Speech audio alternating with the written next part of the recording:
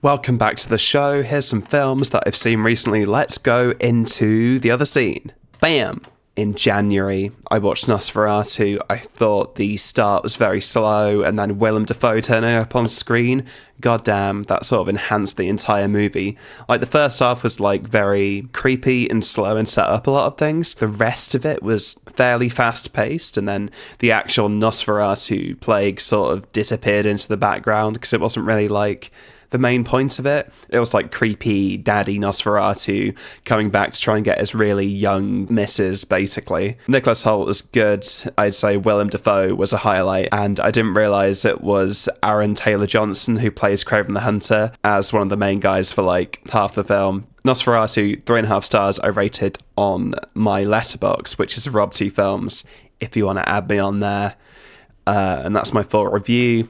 Saw it with a work colleague late at night, so it was after work, and sometimes you can barely comprehend what's going on depending on how busy it is. It was quite a busy night. She Dies Tomorrow, that was a film I watched on Mubi. This woman is oh, I'm gonna die tomorrow, nothing matters, and then other people become infected with that thought, and that's sort of the whole movie. And then the woman from the start just goes on some random ass journey, and it's one of those films where it's I don't get what's going on, but I quite like what's going on. Then We Live in Time. I clearly thought a lot about this at the time when I wrote the review. Very British rom-com, and she's gonna die by the end, so that's not really a spoiler, it's in the trailer. And also it was sort of split a lot across 3 points in their relationship, the start, and then the middle, and then the end. The middle is where she's pregnant with a child that she didn't realize that she wanted, really. Yeah, it's sad, but also, the sadness is going to happen, just like when people have a terminal disease and you're shit, this is sad, but at least it's not going to be an unexpected death in your life. Sonic the Hedgehog 2, because I rewatched that. Rachel really is the main villain. Yeah, so Sonic the Hedgehog films are quite honestly very good. I think I just really love animated films that have heart. Sometimes films that are entirely live action don't quite do it for me. Quite a lot of films that are designed for families or kids films, they emotionally resonate with me a lot more than other things for some reason. I rewatched Sonic the Hedgehog 3 because I saw it in December. I saw it in the cinema, the same cinema, on a different screen, the most expensive screen. So I paid literally 14 quid to see Sonic on a screen that was sort of surrounding you when you watch it. 3 made me cry. Also Sonic the Hedgehog 2. Stone is a really good character. That sort of drama between him and Dr. Eggman just really hit for me for some reason, because I think it's about family. Living, it was a film I also rewatched. I also say a Blu-ray rewatch. I say what format I watched the film in, if it's in the cinema, if I watched it online or on a specific streaming site, or if it's just a Blu-ray I own. You might be able to see, as you can see, there's some in the background there, but I've got a lot more sort of behind me, and then also in a cupboard there. I want to watch this again, but I haven't got around to it for some reason, even though I've got all this free time. I want to watch Bones and All again. Queer's also a good film. Okay, let's go back onto my Letterboxd view. Living, it's an adaptation of an old Japanese film, but in the extras, the guy who rewrote the script for an English audience, I suppose. He watched the film once, then sort of rewrote it from memory, and then sort of added in stuff about his own childhood and his own upbringing into it. Waiting for a train when he was younger, and then all the guys in business suits around him and stuff, which happens in the film. This guy is oh shit, I'm gonna die because I've got something cancer. Then he sort of actually does his job of getting a park built, a tiny park built in London, because usually they're just shuffling paper around and giving it to each other, and it's some office bullshit. Mufasa the Lion King, it was decent. I didn't like the child actors at the start, but then they actually turned into actual big lions, so it got better from that point on. And the CGI is really good, but also it didn't really hit for me The Lion King or The Lion King 2 does for me. Tomb Raider, I got this for £1 on Blu-ray from the Cancer Research Foundation charity shop. I thought it was quite good for what it is. It's based on a video game, and I thought it was quite good. But also I didn't really like the first 20 minutes of it. I didn't really like the vibe, but then once it got into actual tomb raiding, it was really good. The Deep Blue Sea is a romance starring Tom Hiddleston and another person. Yeah, it's okay. It's all right. Surge, a really cool film about a guy who's like, shit, this job is so shit. And then he just goes sicko mode in London and just starts like stealing shit and just being very reckless and just like putting up the middle finger to like his abusive dad and shit like that. It's good. Baby Girl, which isn't as scandalous as it tries to make out that it is. Yeah. Black Adam, I do like Black Adam. When I originally watched this film, I was ill, and then when I watched this, I was also ill, so I've only seen Black Adam when I've been ill. A lot of the film is fucking crazy. I think it should just be called, like, Justice Society versus Black Adam or something, because Black Adam isn't really in the film, which is crazy. A Real Pain, which is a very good drama about two cousins who are estranged, and Kieran Culkin is like the best actor in it. Like the entire thing, like he's just like a standout. And also it's not a massive movie. Super 8, which I also watched on Blu-ray like I did with Black Adam. I think Charles Kaznick is like the worst kid or character ever brought to life because he's some stuck-up stupid twat. And I wish he would have died in the film, honestly. Chaos Walking. Apparently I really like that. Toxic masculinity versus Spider-Kid and Star Wars Girl, which is basically the whole film. On this planet that they're on, men's thoughts can just come out of their heads and everybody knows what they're thinking. It doesn't affect women. And Tom Holland's character lives in this settlement where it's only men. And it's like, I wonder where all the women are. Maybe they got murdered. Everyone sees this girl just like crash land and arrive, and then they try to, catch her. And then they go to a few other settlements. They kill the really sexist bad guy played by Mads Mikkelsen. And that's kind of it. And then it's like, it's Tom Holland's character clearly having a massive boner for Daisy Ridley, pretty much. I think if it came out about 10 years earlier than it did, because it came out in 2020, it would have 2021, it would have completely smashed the box office. Like, it would have just gone down so well. Like, I would have ate that shit up. The Long Halloween, which I bought ages ago. And it was £8 for both parts, because originally it came in part 1 and part 2, but I had to put a review for part 1 and part 2. And it's a pretty fine sort of kind of limited animation Batman feature-length film, although it was 2 feature-length films, so it was nearly 3 hours, I think, so nearly Oppenheimer length. And it was quite good, but it's okay.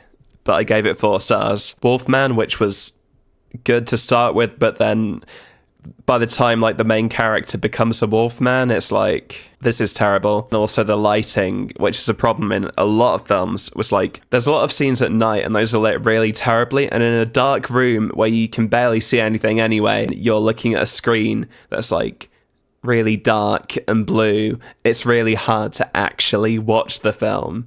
But luckily I have Odeon Limitless, so it didn't really cost me anything technically, but it was just sort of a waste of my time. Presents, which I watched on the same day as a mystery film at Showcase Cinema, that was really good. It's the POV of a presence in a house that a family moves into that isn't actually really evil. It's the humans in the family's lives are the evil people, and then the present sort of stops a bad thing from happening. A Complete Unknown, starring Timothée Chalamet, who's in every single fucking movie. He plays Bob Dylan. I didn't know anything about Bob Dylan going in. I think the songs were quite good, but I felt for what it was, it went on for way too long. But I thought it was pretty good acting and stuff, but I'm not going to watch it again. The Loveless is something I watched on Mubi because it's got Willem Dafoe in. I was missing out on some Willem Dafoe action, even though I've got, Spodimans. The version of it on Mubi was really low quality, and it was really blurry to watch. I would assume that in the cinema, or if it was a higher quality version somewhere else, it might have been less blurry, but the blurriness sort of, I don't know, took me out of it a little bit because it was annoying to look at that sort of a picture. I don't think I like biker movies that much, but it's sort of Willem Dafoe and his gang doing shit, fucking bitches, being terrible people, and I think most of them survive by the end. The town's got it out for them because they're outsiders and they're bikers and they cause trouble. The film really makes you want a Coca-Cola because they always keep on having breaks mid dialogue to be like, oh, hey, I'm just gonna crack open an ice cold Coke from the machine, which is odd. And then Companion, which really surprised me. Like, I really liked it a lot, so 5 stars. Basically, you know from the trailers that, I was going to say Maggie Thatcher. Sophie Thatcher's character is like a companion, but not a Doctor Who companion, unfortunately. But she would be a great companion after, like, fucking Ruby. Oh my god. Her character is a companion robot, and yeah, I can't really give much away, but she kills a dude at one point, and then there's some other people, and then they also do things, and there's a plot and stuff's going on, and it's good, it's fun, it's like sort of dark. I'd say it's not really a horror, but it has like horror movie tropes in it pretty much, and some bloody brutal deaths. It's good fun. Then we've got Nickel Boys, which is like a fictionalized account of like black dudes and also white dudes being locked away in like a prison. It's like a juvenile detention center, and they're treated really badly, and they can just easily escape, which is weird. But it's sort of based on real life jails like that, and it's really interestingly shot from like a first person perspective. So like, you know, how you exist in the world, a first person perspective, or like a first person game, you know? And it's sad. It's a sad film. At a certain point in the film, the main character meets another guy, and then suddenly it sort of goes back in time a little bit to how that guy got to the prison from his perspective, this new fella. And then he sort of switched between the POVs of these two guys for the rest of the film. And then there's a guy in, I guess, modern times, sort of looking into like all the shit going that went down at that prison that he clearly went to. But then he's like impersonating the other guy. And that was a twist that I don't think really needed to happen. I don't know why they put it in the film, but it was interesting that it was sort of like from a third person perspective. So like, you know, you got your first person, and then you got, you know, second person, which is a completely different thing. And then third person. But like the angle that it was shot from was like, if you put a camera like behind someone's head and then sort of had it as a third person perspective, like Fortnite or GTA 5, interestingly shot.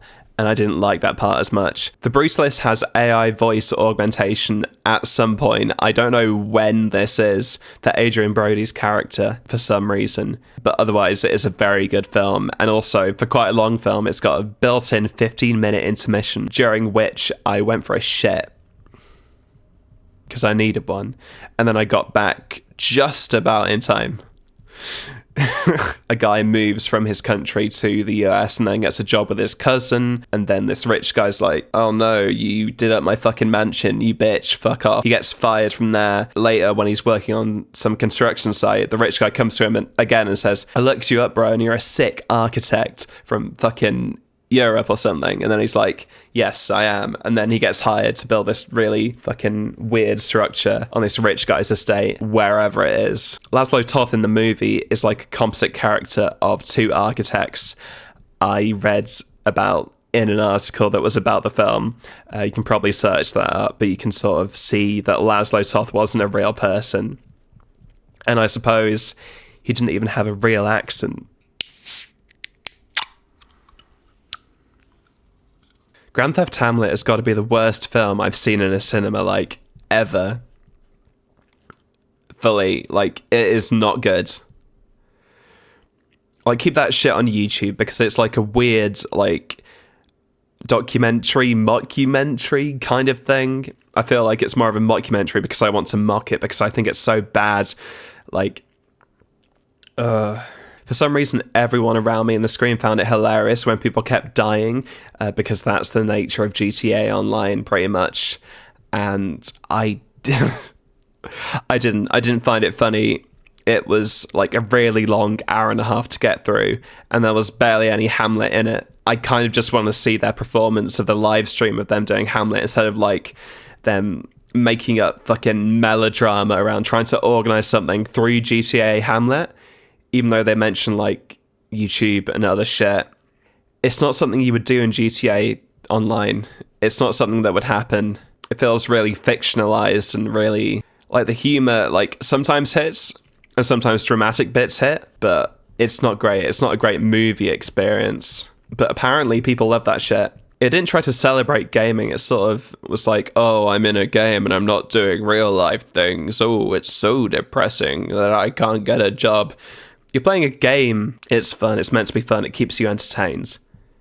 And it's like, fucking, it feels like a bunch of boomers got in a game, even though they're like in their 40s. It's so not good. I've got a lot of shit in my review. Just like, there's tedious scenes, there's things that don't need to be included. I think the film itself doesn't need to exist. I think it should be chucked on YouTube and then left to rot, because it is fucking terrible. It is literally the worst thing I've seen in a long time. Okay. And then in February, we've got Labyrinth, which I hadn't seen before, and that was a very magical, weird, kooky experience. And it was just randomly on at Showcase, and I was like, bruh, I'm going to watch it. I've never seen it. It's very camp and silly, and I love it. It's very good and entertaining. And after watching Grand Theft Hamlet like a few days earlier, like, it was a breath of fresh air. I think I just love cheesy 80s shit that isn't boring, I guess. And also the animatronics and stuff, like Jim Henson sort of shit, was like amazing. September 5th, which was about the Munich Olympics in 1972. Yes, I remembered it before it came on screen, you see. I liked the score, I liked the drama, I liked how it was sort of like forbidden that sports were covering like a public interest story. I like that. I like the deals they made with NBC to like get the helicopter footage and then put their like, they superimpose their own logo on top of NBC or whatever's fucking broadcast, basically. It's cool, and the characters are cool, and I really like the German lady in it who was like a translator. A Fantastic Four rewatch. I say rewatch because I feel like I watched it maybe once on TV with a bunch of adverts many, many years ago, and the film feels weird because it feels like they cut about 20 minutes out of the film, which they actually did, but like the start feels like you've already gone through a third of a movie and like you've just entered the screen, and it's really weird, but they sort of catch up on stuff that's gone on in the past or like before the film happened as well. But I really want to watch the extended edition of it, but that's only on DVD. I don't really want to watch it on DVD if I can, because there's like differences in converting PAL and NTSC, and it's like, bruh. Basically, most films on DVD will be slightly sped up, so slightly shorter than they're meant to be, and it sort of ruins the entire experience, so I have to get it on like Blu-ray or find some version that isn't like completely fucked up. If it's a TV show that was like in a PAL format, that's fine.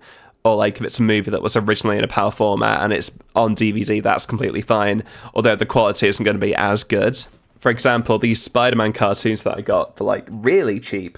I got this for like £1 from British Heart Foundation, then the other volume in season 1 for £1 in the same shop. Then I got the rest of the DVDs on Music Magpie, and these are in the PAL format originally. It's not going to be sped up or anything, as far as I'm aware. Original Spider-Man, really fun, sort of very cheesy and camp. It's good.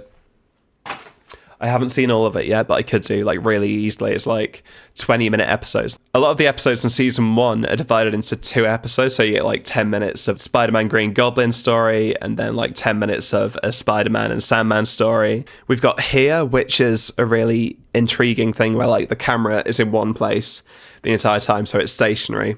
Well, the entire time, except for the ending, in like one spot on Earth, and then houses are built around it, and then there's like dinosaurs, and then there's like different families, and then there's like Tom Hanks, and then weirdly de-aged Tom Hanks. Take a shot every time they say here and here, and then you'll be fucking dead by the end of the film. Yeah, good fun. Love Hurts. I liked it a lot. I thought it had some funny, cheesy dialogue. It had really good action scenes.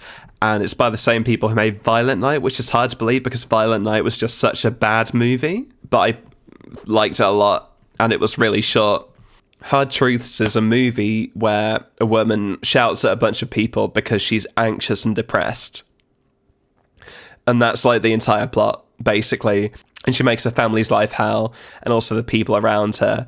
And nobody, well, I mean, she thinks everybody hates her, but clearly she's got some sort of mental illness that she doesn't know about or doesn't realise that she has. And I really wish that like her character got diagnosed with something in the film, but she just doesn't. It's kind of odd. It's a good performance, but like it wasn't a great film. Really feels like a TV special sort of film and not like something you would put in a cinema. It's got those vibes. Bring Them Down was a sort of gripping drama between two neighboring farms about a bunch of rams getting stolen and just criminal shit happening to each other. It's got Barry Keoghan in, so like Barry Keoghan and then Christopher Abbott. They're like the main guys that are sort of, you got like his dad and then him are rivals, and then his dad is sort of like an old fat man who I think he's disabled, and then he's got like a really old computer in his house. They're basically trying to kill each other over sheep. That's kind of it. There's a really weird casting decision where you've got Nora Jane Noon's son being Barry Keoghan, and Nora Jane Noon is 40 years old, and then Barry Keoghan is 32. So I'm not sure who made that casting decision. Like, she should have been like maybe a bit older for us to believe that Barry Keoghan is like a 20-something or like an 18-year-old kid. I don't buy Barry Keoghan in parts where he's like a younger person, like especially now. It's really good. And also I watched this at Phoenix in Leicester. It's a movie film, but like it's good to see films in the cinema, especially independent cinemas as well, if you can. We've got Macbeth, which David Tennant carried. Cush Jumbo was quite good, but otherwise I didn't think it was a very interesting Shakespeare play, and I hadn't seen it before. But you know, you got out damn spot. She's trying to pick out a spot out of her hand, and it's like, okay, cool. And then Macbeth is like, is this a dagger I see before me? Otherwise, not that amazing, but I like the scene transitions between scenes. You got the interval cut out of the play, so that sort of reduces the time you have to spend watching this interesting production. I like Macbeth like monologuing to the audience. I like that a lot. David Tennant like carries the entire thing. Like, I wouldn't have watched it if he wasn't in it, to be fair. I watched it on Odeon Limitless, so it was kind of free. So yeah, I watched Dogman, the most recent film I saw at the cinema, also at Odeon, and that was really fucking good. I don't think the one or two kids and their mum and their grandma really appreciated the cinema that Dogman is. I like the animation. It's got themes of family. It's got like abandonment shit, like someone's dad just like leaving them and then they become a villain. It's crazy. It's fucking so good. I love DreamWorks. I'm just like an animation slut, I guess. Okay, that's every film I've seen this year. Comment down below if you got this far, and also subscribe. Please, I'm begging you. I need this as a fucking job.